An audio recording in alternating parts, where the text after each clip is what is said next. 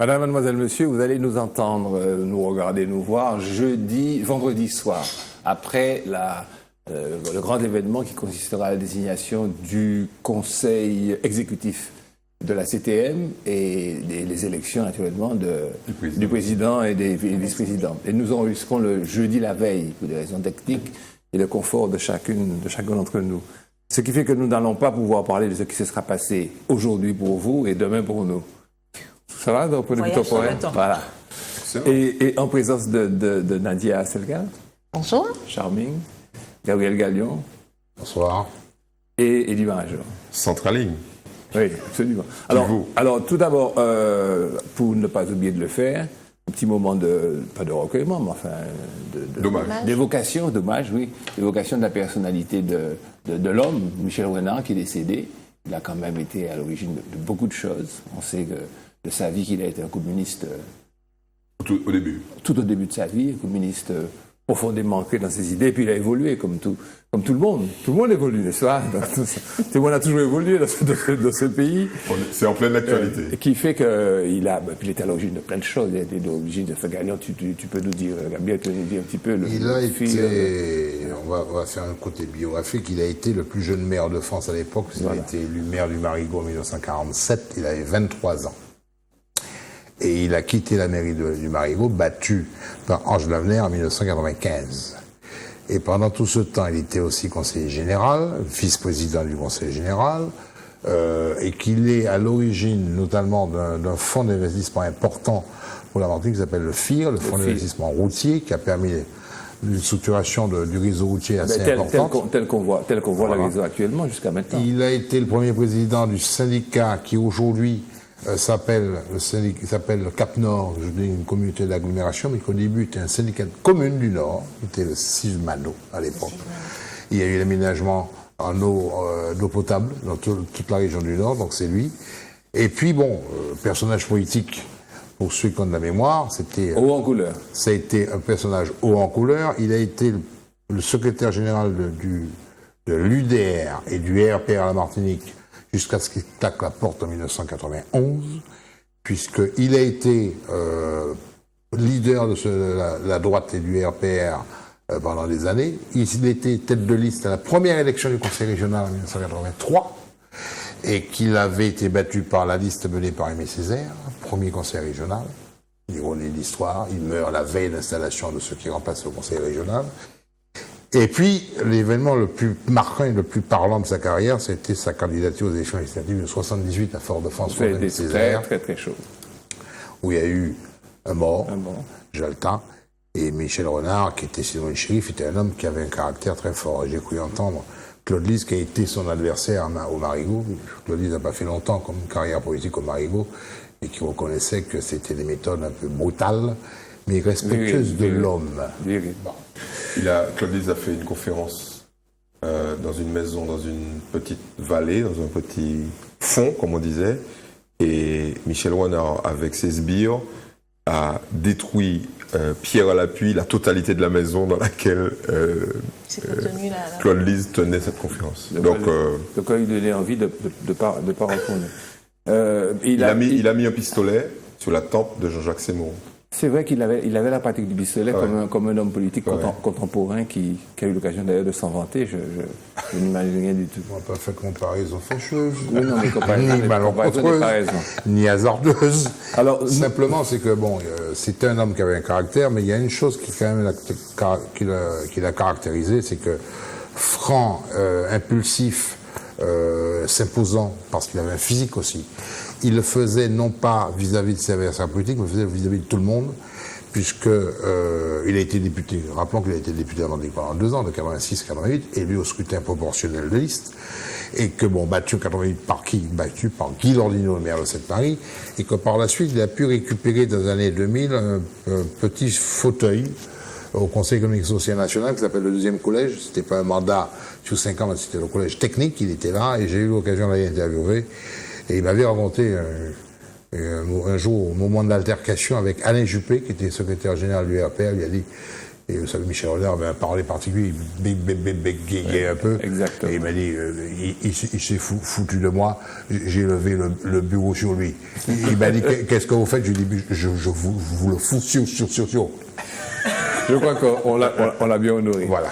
J'ai eu par la version numérique du Progressiste, je vais vous donner des extraits d'un article qui s'appelle Ordre de mobilisation générale du PPM, comme un petit peu pour vous mettre en bouche, quoi. Hein. Alors, il est signé de Jeannie Darcier qui explique que, je cite, nous avons mal estimé le poids électoral de ce coup politique. Un peu plus loin, nous devons organiser la résistance féconde et salvatrice. Et l'histoire de notre parti nous y convie. En 58, Aimé Césaire, qui venait de démissionner par sa lettre à Maurice Thorez, dut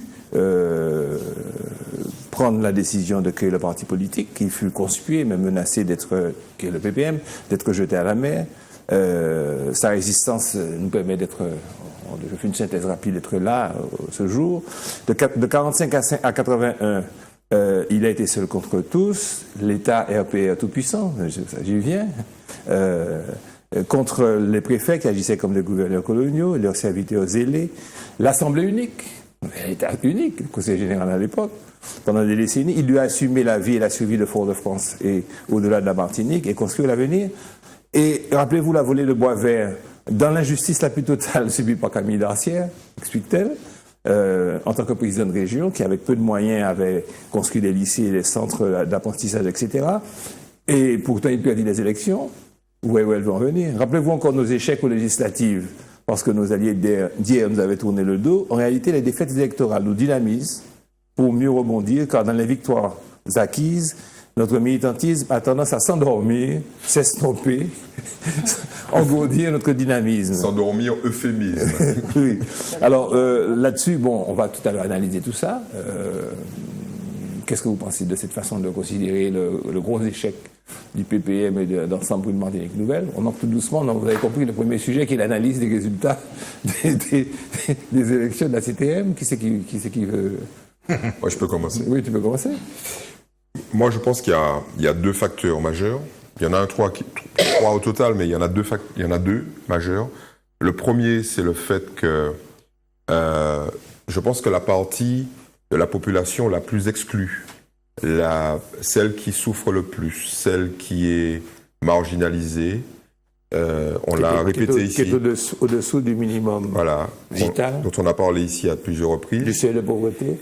A très clairement jeté Serge Letchimy dehors, et en jetant Serge Letchimy dehors, a rejeté le système, à mon avis. Letchimy, c'est un type dans la vision de ces gens-là qui ne s'est pas occupé d'eux. Voilà. Nous, on a eu plusieurs refrains là-dessus, systématiques. Les gens disent, moi savent ça, Marie-Jeanne, qu'elle fait bon moins. Moi, savent que Letchimy pas fait rien bon moins. Donc, cette notion-là, à mon avis, elle est très très forte. Faire de la politique sans faire du social au sens le plus basique du terme, du style à la Aimé Césaire, c'est donne quelque chose à quelqu'un pour que cette personne puisse survivre. Voilà. Et le caractère ne extrêmement... Ne lui donne pas de surplus. Hein. Non, pour qu'elle puisse tenir. Survivre. On n'est pas dans l'ostentatoire, hein. On est dans la base. La gestion Letchimy à la région, c'est modernité, rapidité, efficacité, éloignement en fait, sophistication, alors que cette population... Et on n'a pas arrêté de dire des choses ici sur ça, sur cet écart de revenus. Moi, je pense qu'on peut faire les deux en politique. On peut faire de l'efficacité, de la modernité, COP21, OSCS, etc. Mais on peut également dire qu'on a une politique sociale efficace. Et je pense que ça, c'est le premier facteur. Le deuxième, à mon avis, c'est effectivement l'alliance. Puisque quand on a des chefs... Restons sur cet aspect. D'accord. Tu as bien pris, tu as pris un aspect le plus global. Le plus important, à mon avis. Oui. Nadia, qu'est-ce que tu penses de cet aspect, j'allais dire, populaire de l'action qu'un groupe politique doit avoir à l'égard d'une population? Alors, deux choses par rapport à ta question initiale, c'est que une liste, c'est obligatoire, c'est un fait, mais que les gens, j'ai l'impression, et surtout ça s'est manifesté, je l'ai ressenti en tout cas pour la CTM, qui est une rupture pour nous, constitutionnelle, c'est quelque chose de complètement nouveau, institutionnel plutôt, mais aussi le fait que les gens ont justement besoin de se raccrocher à quelque chose. Et se raccrocher à quoi? Finalement, à une figure, à une personne. Et indépendamment de la liste, c'est vrai, on parle de liste Ensemble pour une Martinique Nouvelle, c'est un groupe. Pourtant, les gens, ils ont besoin de se raccrocher à quelqu'un. Et c'est... il y a du vrai dans ce que dit Eddy, ou peut-être que leur action... c'est pas de dire que leur action a été bonne ou mauvaise, c'est pas ça, mais elle a peut-être été pas bien comprise. Bien expliqué. Bien comprise, et puis peut-être parfois aussi maladroite. Je prends un exemple vraiment basique qui peut presque ressembler à un gag. Tu peux pas être dans un embouteillage et être sur un panneau, la Martinique avance. Ça ressemble presque à une boutade, à une provocation. Voilà. Donc il y a peut-être de ça, et puis je pense vraiment, enfin, je ne sais pas si l'Alliance a gagné. On va en parler de ça tout à l'heure. Non, mais oui. Je tiens quand même à dire que, de mon point de vue, le groupe de l'Etchimi, là, par contre, il faut dire son nom, eux, ils ont perdu. Je ne sais pas si je suis claire en disant ça. C'est-à-dire qu'il n'y a pas... J'ai compris ce que tu as dit. Tu as compris ce que je voulais dire? Merci, oui. Gabriel. Prends le relais. Parce qu'elle disait simple. Il fait appel à l'adhésion populaire. L'Etchimi, il lui a manqué 7000 voix par rapport à 2010. Mmh. Marie-Jeanne n'a gagné aucune voix par rapport à 2010. Ouais. Quand je dis n'a gagné aucune voix, les 83 000 voix qu'il a obtenues, c'est l'addition des voix Marie-Jeanne 2010 plus le Sieur 2010. Absolument. Pas une de plus. 50 de plus. 50, ouais, pas une de plus. D'accord 50 voix en 5 ans. Ouais. On va me dire... Ça rend les choses encore plus vraies, quoi. Bah, l'Etchimi a perdu, en fait, l'Etchimi a perdu plus que Marie-Jeanne a gagné. Marie-Jeanne a fait le plein total des voix de l'Alliance, de son Alliance, l'Assemblée. L'Etchimi a perdu 7000 voix. Ces 7000 voix, c'est facile à les trouver. Il en perd plus de 3000 à Fort-de-France. Ouais. Et le reste 21 000 en 2010. Donc restons, avant d'entrer dans les chiffres, mais restons sur... Vous adorez les chiffres, là, vous tous les deux, donc les gens sont contents parce que... mais les gens n'ont jamais cette... On va donner les chiffres. On va donner les chiffres. Mais nous étions sur l'aspect, si vous voulez, purement politique, au sens philosophique, au sens social des choses. Ce sens social se traduit par les absences de bulletins à Fort-de-France, au Robert, à Schellcher, au François, au Lamentin, à Saint-Joseph. Ouais. Dans le nord, il perd de l'avance qu'il avait. Bon, je vais. Et dans le sud, évidemment. On va entrer dans les chiffres. C'est bien que je vous connais, je peux parler des chiffres pour que vous puissiez y mordre à pleine dents. Est-ce que je peux donner mes deux autres facteurs? Oui, mais tu rapidement. Ces chiffres là. Non, ça va être très rapide. C'est juste pour dire, il n'y aurait pas d'alliance, il n'y aurait pas de victoire d'Alfred Marie-Jeanne, ça c'est clair. Ils viennent de faire. On va en reparler tout à l'heure. Non, mais ça c'est pour l'avenir. Oui. Pour l'avenir. Comment le paysage politique va évoluer. Et puis, troisième truc, tous les éléments liés à la surmédiatisation des gaffes, des bêtises, des ignominies multiples et diverses sur les réseaux sociaux ont mis une couche supplémentaire. Non pas dans le gain de voix, mais dans le retrait. Le manque d'adhésion. L'adhésion populaire. Alors, autre chose. Est-ce que cette façon d'agir, l'exemple est magnifique, la Martinique avance et puis on est debout à côté des travaux, mais les travaux, je connais debout, on est debout dans les embouteillages. Cette façon d'agir, cette façon pas de singer, le mot est mauvais, mais d'imiter les méthodes d'ailleurs, au point de vue politique. Est-ce que ça peut concurrencer avec la méthode qu'on devine de Marie-Jeanne, de l'ombre, du terrain, de la discussion personnelle, vous voyez ce que je veux dire, quoi, de l'adhésion à quelqu'un, et des petites conférences qui ne sont pas médiatisées, enfin, des actions peut-être souterraines, mais efficaces. Il y a un moment où les faits donnent raison, mais trop tard. Et c'est ça le problème de la politique. C'est-à-dire que c'est des types qui ont des CDD, mais qui investissent sur des trucs où les spécialistes sont les banquiers, quoi. Ouais. Un banquier te fait un prêt à 25 ans pour ta baraque. De toute façon, il a le temps de voir. Mais tu es un conseiller territorial, tu es élu. La baraque reste là pendant. Oui, tu es là pour 6 ans. Pour de la valeur. Oui. Moi, il y a une chose qui m'a totalement surpris. Je me suis dit, mais quelle est cette façon de concevoir la politique, de l'échéance d'une CTM où on se fait charger, où on est chargé par la grâce divine, enfin bon, ou la grâce présidentielle, élyséenne, de missions à l'autre bout du monde, de plans, de faire un rapport sur l'économie circulaire, sur le ramassage des déchets, sur l'habitat insalubre. Et puis qu'un mois avant la CTM, vous avez un petit syndicat minoritaire en plus, une explosion où on ressent toute l'angoisse du personnel. Des cadres m'avaient déjà parlé, ça fait de ça 7 mois, 8 mois. Ils ont dit ça va exploser. Alors, est-ce que c'est pas un peu justement cette façon de voir, comme tu dis, à ne pas voir à ses pieds? Je crois qu'il y a le syndrome du plateau. Quand on est là, on est dans un monde à part et puis on ne voit pas la réalité. C'est plutôt, à mon avis, le manque de relais. C'est ça. Le manque de relais. C'est pas l'absence de la coupure. Mais on dit la même chose. On a l'impression qu'on n'a plus pied que la ville en bas, pied que le reste du pays. Oui, ce plateau, ce qui était un peu arrivé à Marie-Jeanne, souvenez-vous, en 2010. 2010, je dis que c'était différent. C'était pas forcément le manque de relais chez Marie-Jeanne, c'est qu'il y avait l'usure. Marie-Jeanne faisait 12 ans. D'accord. Lui, il est chimie, on ne peut pas parler d'usure, ce n'est que 5 ans.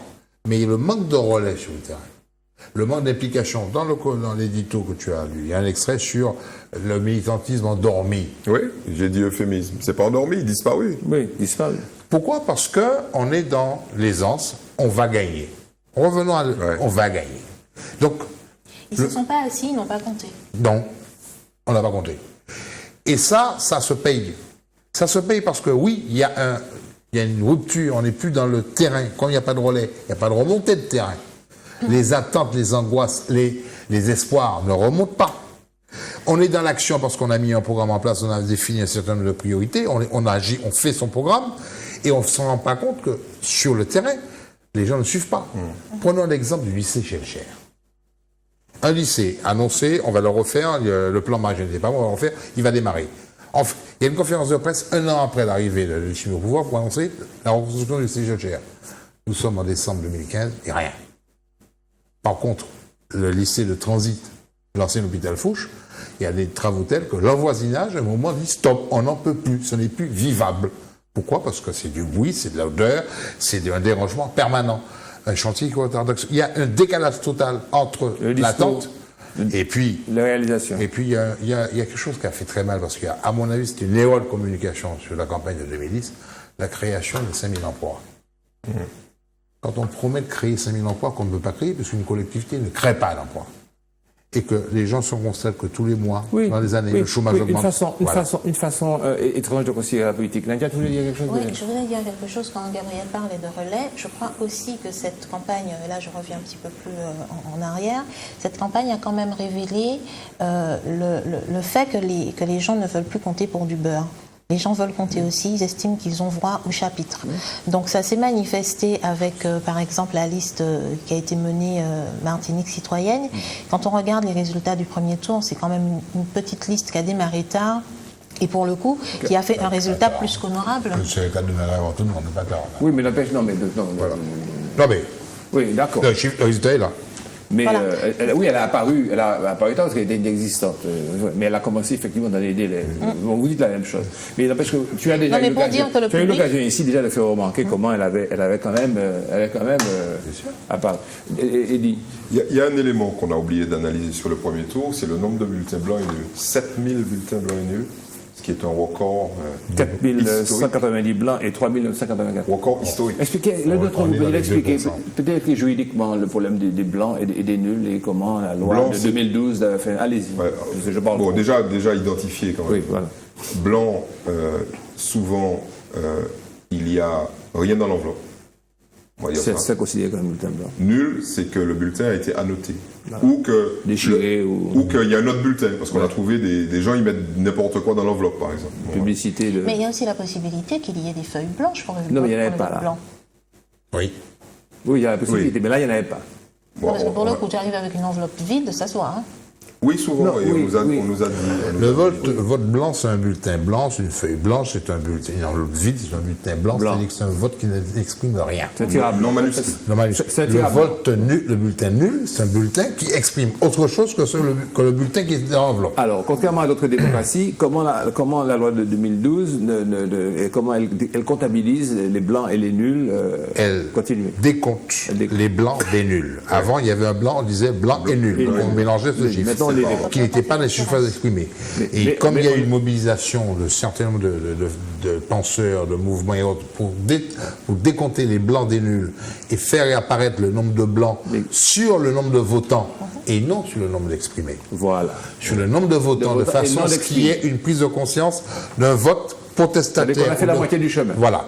Mais ce vote blanc n'est pas exprimé. Simplement, c'est que la démarche aujourd'hui de compter les bulletins blancs fera que dans les prochaines années, il y aura la démarche de faire comprendre les bulletins blancs dans les suffrages exprimés. Parce que ça serait une expression de quelque chose. Voilà. Le problème, c'est que comme il n'y a presque plus, ou il y aura presque plus de critères de barrage par rapport au nombre d'exprimés, comme c'était le cas avant, on disait vous ne pouvez pas gagner au premier tour si vous n'avez pas au minimum le quart, c'est-à-dire 25% des exprimés. Ça a sauté. Donc c'est moins important. C'est moins important. Sauf politiquement, où un candidat peut dire voter blanc, et à ce moment-là, il peut revendiquer la victoire. Mais c'est pas ça. Ça les blancs. Ok, bon, on avance bien. Alors, je donne quelques chiffres pour que les gens se souviennent. 310 227 inscrits, corrigez-moi. 147 736 abstentions. Ok. 162 491 votants. Deuxième tour, là. Oui, on a fini avec ça. 4 000, comme tu avais dit, 4 190 blancs et 3 984 nuls. Donc, exprimés, 154 317. Liste conduite par M. Alfred Marie-Jeanne, 83 541 voix, qui, rappelons-le, est la fusion des voix de l'alliance de M. On va dire les noms, de M. Monplaisir et de M. Dumi, mais de M. Marie-Jeanne. M. Serge Letchimy, 70 776 voix, ce qui fait quand même une différence notable. Très bien. Ouais. Alors, ce qui fait que 12 000 et quelques. Je te donne les chiffres exactement. La différence notable en question, elle est à peu près la même en 2010. Hein. Oui, quand on fait l'addition, mais en 2010, il n'avait pas fait l'alliance, il n'avait pas fait la fusion. Non, mais en fait, en nombre de voix, nous sommes d'accord. Voilà. En sociologie politique, on n'a pas bougé de table. On est dans un statu quo de rapport de force total. Donc, je vais vous le dire, pourquoi ça sera très clair. En 2010, lors des régionales, Letchimy avait obtenu 78 057 voix. Alfred Marie-Jeanne, c'est 66 309 suffrages. Il y avait 12 000 voix d'écart. André Le Sieur, absolument, 17 173.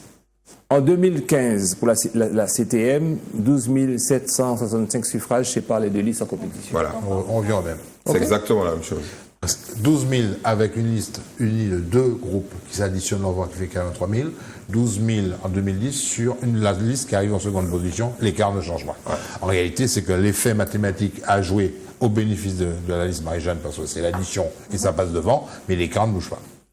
Alors, l'écart est inversé en réalité. S'ils s'étaient alliés en 2010, ils auraient gagné.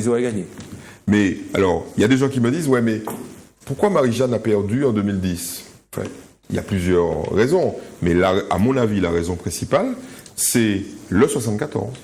C'est la défaite au 74, extrêmement proche de l'élection régionale, qui a convaincu les gens de la droite de ne pas s'allier avec Marie-Jeanne. Tandis que là, on est très très loin du 74. Le 74 n'était plus d'actualité.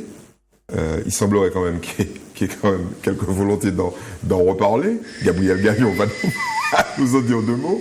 Mais ce n'était plus d'actualité. Ce qui a permis cette espèce de fusion qui donne la victoire à Alfred Marie-Jeanne. Un peu de redite, ça ne fait rien. Il ne se fait distancer, excusez-moi, sur la ville capitale que de 4 000 suffrages. Alors qu'on c'est ça le nœud de l'élection.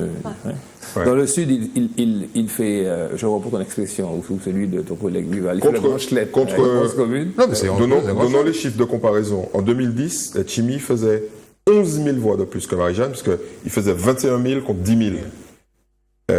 Là, c'est 4 000 voix seulement. Et aux législatives de 2012 ? Pas grand-chose. C'était pas Marie-Jeanne. C'était pas Marie-Jeanne. Pas Marie-Jeanne, mais pas grand-chose. le nombre de voix de Chimie Chimie. faisait 15 000 voix. Donc, c'était déjà des... Déjà descendu, ouais. Ah oui. Non, mais je vais pas comparer les législatives avec les chiffres de la CTM, parce que les législatives, c'était Francis Carole, c'était les Chimie avait été en 2007, réélu, donc il y avait rien de il n'y avait pas de suspense, c'était évident.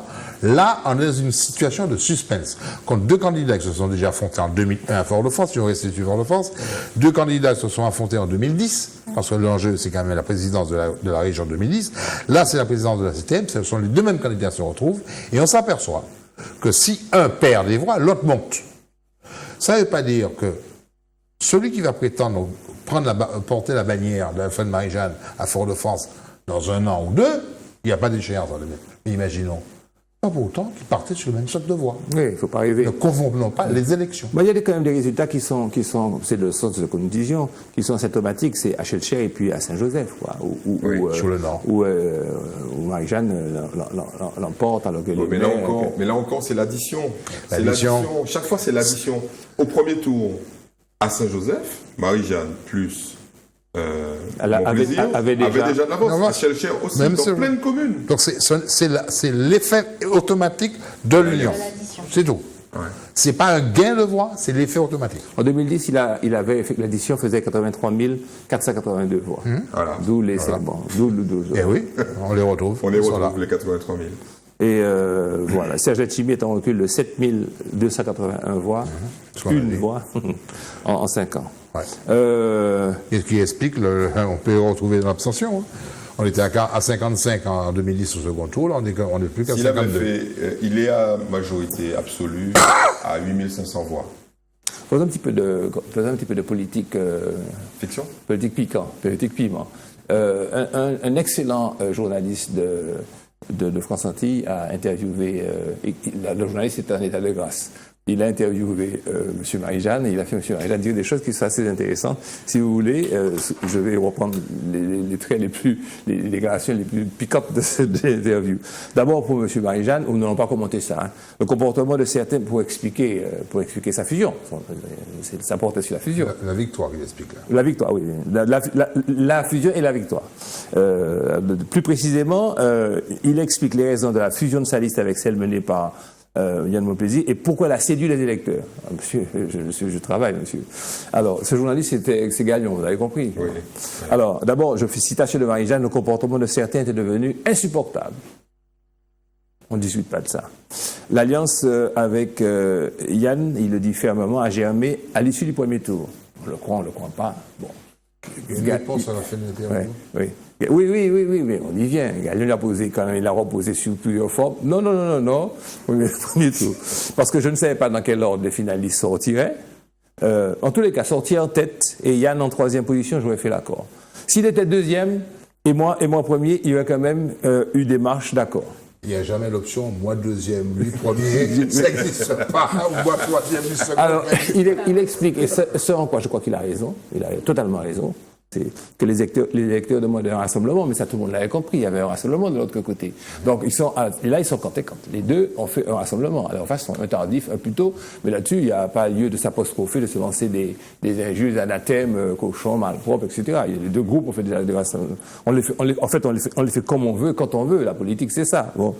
L'alliance avec Yann Monplaisir, la réponse a été l'essentiel était de remettre l'image de marque de la Martinique au premier plan. On ne discute pas, ça va de la politique. Je vous laisse pas beaucoup parler. Allez redorer l'image de la Martinique. Non, je vous pose quand même la question. Est-ce que l'image de marque de la Martinique avait perdu de son brillant, de son lustre? Auprès de qui? Auprès de qui? Bon, tu es impossible, toi. Alors, je continue. Alors là, maintenant, la question clé. Auprès des électeurs. Auprès des électeurs. Oui, le comportement de quelques-uns qui était insupportable, l'image de marque de la Martinique. Auprès des électeurs. Auprès des électeurs. Alors. On ne construit pas une image de marque auprès des électeurs. Oui. Après, oui, non, mais ça a marché. Ça a fonctionné, là. Oui, ça a fonctionné. Comme vous avez dit, les accusations, les mises en valeur, les trucs. Ce qu'on ne dit pas là aujourd'hui, comme c'est le Taïaki, mais une semaine avant, on n'imaginait pas que tous les électeurs de droite, tous, allaient voter pour la liste menée par le fait de Marie-Jeanne. Ouais. Il n'a pas manqué une voix de droite sur ce scrutin. La liste rassemblée. C'était le critère. C'était le critère, il n'en manquait pas une. Et c'est ça, en fait, la clé du succès. C'est le vote de droite. Parce que vous enlevez les 17 000 et quelques suffrages de Yann Monplaisir au premier tour, qui correspondent à 2 unités près au suffrage obtenu par la liste en révolution en 2010 au second tour. Vous les enlevez, les 83 000, qui nous gagne? Sommes d'accord. Merci. Et on les retrouve au deuxième tour. Voilà. Il manque à mon avis, un élément d'analyse. Bon, qui est de la provocation, mais faisons un peu de provocation. Serge Letchimy a eu une proposition, à un moment donné, d'alliance avec Yann Monplaisir. Il l'a balayé d'un revers de main. Il aurait dû probablement la faire. Il fait de la provocation. Total. Non, mais c'est vrai. En fait, c'était une erreur politique. C'était l'une de ces erreurs. Une erreur politique majeure. À cause des schémas politiques, des schémas gauche-droite. Ou bien de la relation avec l'homme. Non, je crois pas. Je pense que la suffisance dont on a parlé, globale, pas celle de Serge Letchimy, la suffisance globale d'un groupe qui dit... Surpuissant. C'est pas grave si les gens ne comprennent pas ce qu'on fait. C'est pas grave si on n'est pas en relation avec le terrain. C'est pas grave si on n'est pas... Oui, parce que... Attends. Nous ne faisons pas de populisme. Voilà. Nous refusons de faire du populisme. Or, le parti progressiste martiniquais est d'abord un parti populaire. Pas populiste, mais populaire. Et ça, ils l'ont oublié. Alors, à la question posée par le journaliste...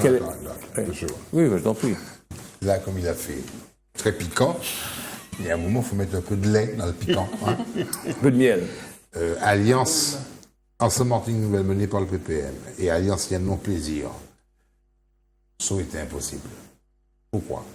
L'Alliance Martinique Nouvelle rassemblait un certain nombre de formations politiques qui étaient déjà inscrites dans le panel de ceux qui se tenaient en 73, hors la droite. Il y avait dans cette alliance un mouvement de droite aux 11 Genédus Pierre Petit. Est venu s'adjoindre un mouvement dit de droite progressiste, le PRM Chantal Mignon. Yann Monplaisir a démarré sa campagne, il n'était pas du tout dans l'idée de faire une alliance avec le PPM. Il a démarré sa campagne avec un certain nombre de projets que d'autres ont qualifiés de pharaoniques. On va voir s'il y en a un qui va commencer à germer au bout d'un moment. Mais il a démarré très vite sa campagne en attaquant la gestion de la région, en attaquant le PPM. D'emblée. On fait alliance avec quelqu'un qui vous traite de séparatiste. Quelqu'un qui vous dit, vous ne respectez pas les institutions. Oui. Et dans ce cas-là, imaginons... Non, mais toi, tu parles moral, tu parles éthique, tu parles philosophie. Je parle pas éthique, je parle politique. On n'est pas sur l'éthique, on est sur la politique. Alors, si cette alliance s'était faite, restons dans ça c'est plus du piquant. Oui, alors, attends, laisse-moi faire une parenthèse. Non, mais sur ça, laisse-moi faire une parenthèse. Mais il y a des siècles... dire le mot, on est dans la fable.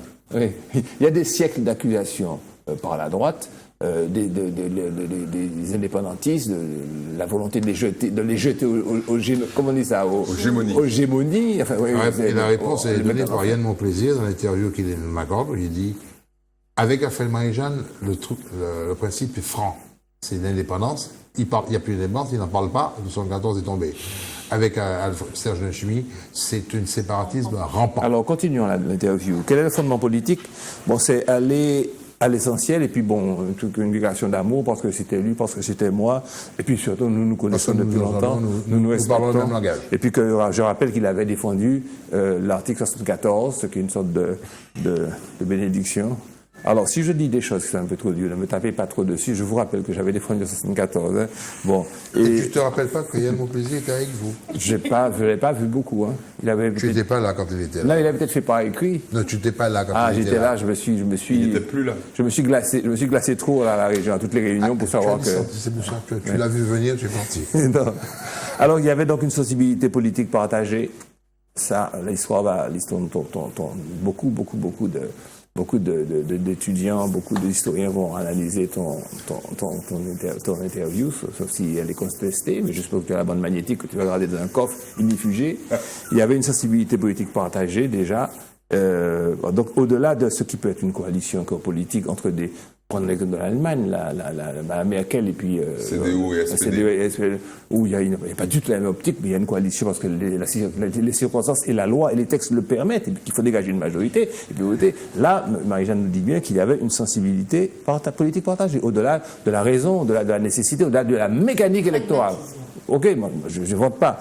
Ce qui veut dire que dans ce pays, il y a une partie, ça c'est la question, de la droite qui est plus progressiste que celle qui... Non, c'est lui.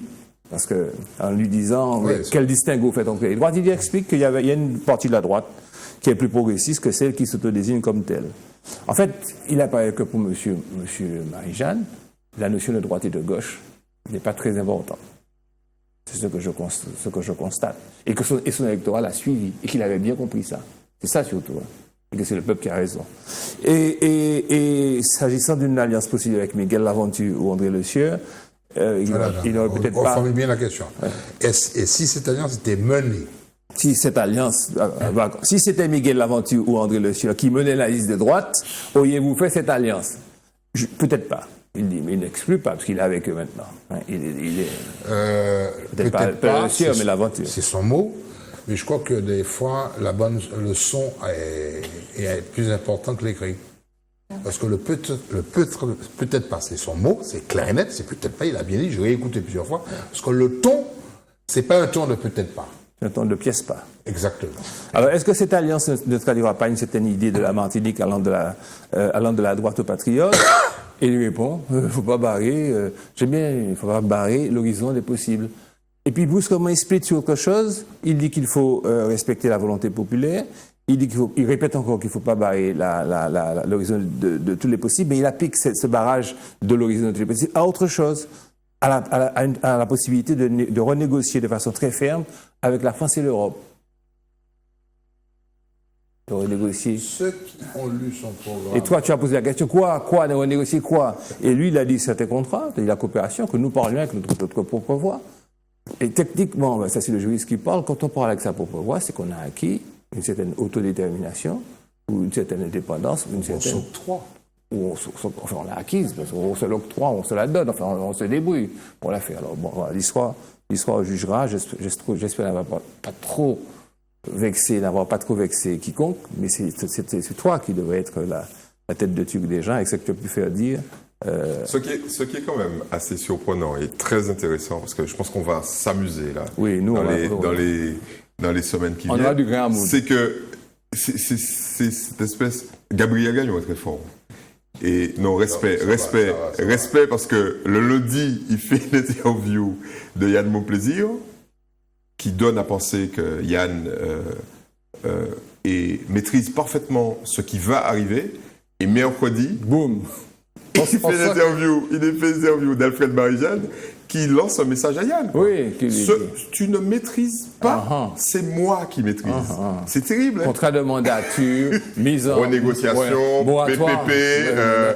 Yann Monplaisir n'a jamais abordé ça. Lui, il a dit, j'ai signé un contrat avec Alfred Marie-Jeanne où il ne sera pas possible d'évoquer, quoi qu'il arrive, la question institutionnelle, grosso modo, c'est ça. Oui, mais il va vouloir parler de sa voix. Et là, il va dit ça le lundi, le mercredi, boudou. J'ai dit, il ne faut pas barrer l'horizon des possibles. Thibault Lombe.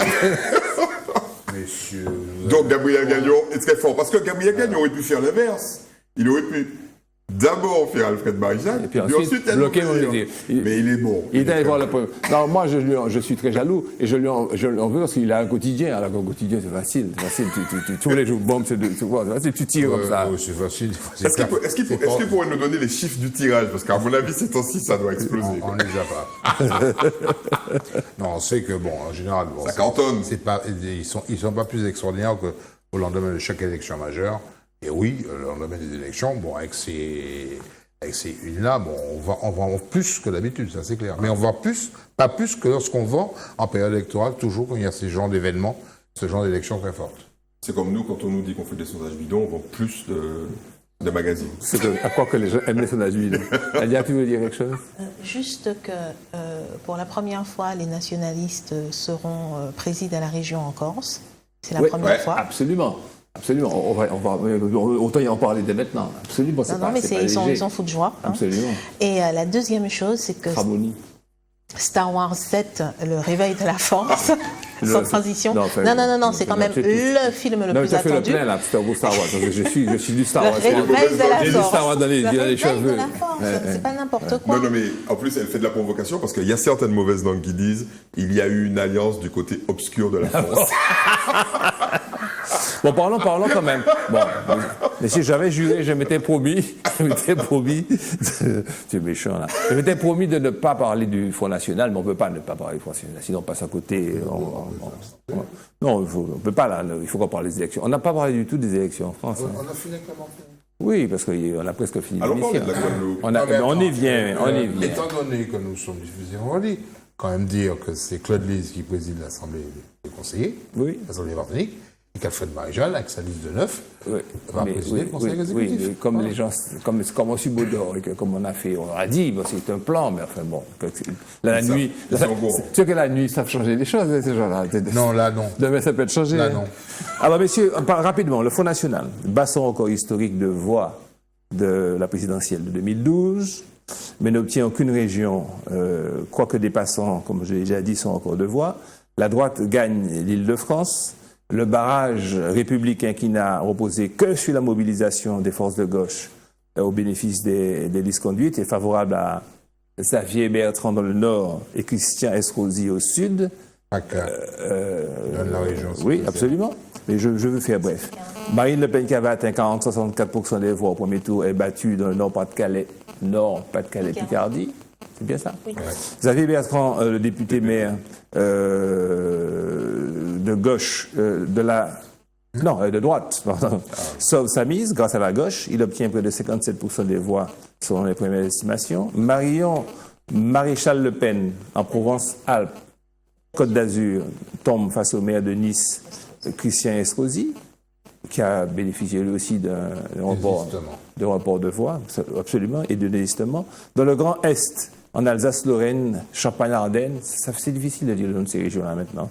Florian Philippot se casse le nez, malgré le maintien du rebelle socialiste Jean-Pierre Masseret. C'est donc une liste, les Républicains, pas Républicains, les Républicains UDI avec M.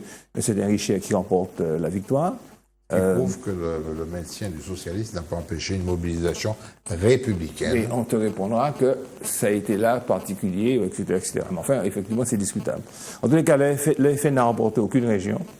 Au total, la droite a pris 7 régions métropolitaines et la gauche en a 5. C'est pas la Bérésina, c'est pas la catastrophe annoncée. C'est pas le raz-de-marée prévu. Or, l'Assemblée de Corse, où la liste nationaliste a gagné. Alors, quand on voit le schéma, alors, effectivement, on a une grosse partie avec le centre Val-de-Loire, la Bourgogne, l'Aquitaine, Limousin, ça descend encore à gauche, là, l'Aquitaine, le Languedoc, et puis ensuite le sud-est avec le bleu, qui est le bleu de la droite, qui l'emporte, attendu qu'on sait que ce bleu-là, c'est pas le bleu de Marine Le Pen, c'est le bleu de la droite. Alors, les facteurs... C'est une France coupée en deux dans le sens de la hauteur. Voilà. À peu près, ouais. Avec un petit décalage. Quant au Front National, son échec à transformer l'essai, peut-on dire, découle, je fais une synthèse, d'une combinaison de facteurs. Là, je vous donne la parole. Le mode de scrutin, le Front républicain qui a fonctionné, la mobilisation des électeurs, et puis ce fameux plafond de verre que Marine Le Pen avait dit, que Maréchal avait dit qu'il n'existe pas qu'une invention de la gauche, qui a permis que la France se ressaisisse, quoi. Voilà. Je vous donne la parole. La parole est libre, la parole circule. Pour le coup, la carte actuelle des régions de France, elle est surtout très contrastée avec la carte qui se dessinait à l'issue du premier tour. C'est surtout ça, qui était une France complètement bleu marine. Et à côté de ça, quand on regarde les taux de participation du premier tour, on regarde le taux de participation au second tour, on peut dire que les régions telles qu'elles sont aujourd'hui dessinées, elles reposent sur vraiment un socle de voix qui ne s'exprime pas et finalement qui ne se réveille que lorsqu'il y a, j'ai envie de dire, péril dans la demeure. C'est le Front républicain qui a alors que le Front National, on peut se dire qu'ils mobilisent toutes leurs troupes à chaque fois. Dès le premier tour. La participation était de 58 à 59% au second tour. Mais il faut relativiser. Gabriel a fait cet exercice là, au départ. Moi, je vais aller plus loin. nous, médias, on dit le Front National est en tête, il a 40% des suffrages exprimés, etc. Moi, je dirais oui, mais ça représente combien de la population? Quand on a un taux de participation, je parle du premier tour, Front National, quand on a un taux de participation de 43% et qu'on fait 40% de 43%, ça fait 16%. Donc en clair, nous, on est en train de s'affoler parce que 16% de la population, par exemple du Nord Picardie, a voté Front National. Moi je dis, c'est vrai, puisque c'est plus que les autres, d'accord, mais il reste que 84% de la population de ces gens-là qui n'a pas encore parlé. Donc il n'est pas très étonnant. Donc on parle de sursaut. Non, il n'est pas très étonnant de dire que la très grande majorité des Français considèrent que le Front National n'a pas à prendre le pouvoir. Ça s'est déjà vu au cantonal, parce que bon, ils ont eu quelques centaines. Ça s'est vu au municipal, il y a peut-être une dizaine ou une vingtaine ou une trentaine de villes sur 36 000 communes, et ça s'est vu au régional. Moi je pense que et quand on lit l'histoire, il est évident que dans des périodes comme celle-là, les mouvements nationalistes, les mouvements populistes engrangent des électeurs. Mais quand il s'agit de la vie quotidienne gérée par des populistes, il n'y a que quelques peuples qui franchissent le cap. Les Français n'ont jamais franchi le cap. Pas encore, je dirais. Non, mais ça m'étonnerait. Les Français, ce sont des gens qui ont décapité un roi. Et des gens qui ont décapité un roi, il n'y en a pas des masses. Ils sont marqués à vie. Il n'y en a pas des masses. Vaut mieux prévenir que guérir. Oui, absolument. Mais l'accès, il y a des chances. Il y a des types qui ergotent un peu là-dessus. Mais très clairement, l'accès par le Front National, l'accès au pouvoir par le Front National, en France, ça correspondrait, à mon avis, à un début de guerre civile. Parce qu'il y a en France des mecs qui sont vraiment malades. Dès qu'on leur parle de nazi, nationalisme, racisme, il y aura venu fou. Ils prennent leur fusil. Je reprends mon mot, vaut mieux prévenir que guérir. Parce qu'apparemment, la petite maladie, elle monte, elle n'arrête pas de monter. Exactement. Elle est encore faible, mais elle n'arrête pas de monter. Oui, à cause de la crise. Alors, dans une situation de crise fièvre. comme celle-là, Piqûre. nous allons devoir nous quitter. C'est un déchirement pour vous, absolument, un déchirement pour vous. Mais la semaine prochaine, nous allons parler des résultats la outre-mer. semaine prochaine. Non, pas la semaine. Non, L'année prochaine. En janvier, ce sera L'année trop tard. prochaine. À l'année prochaine. Voilà. C'est vrai que c'est déjà Noël.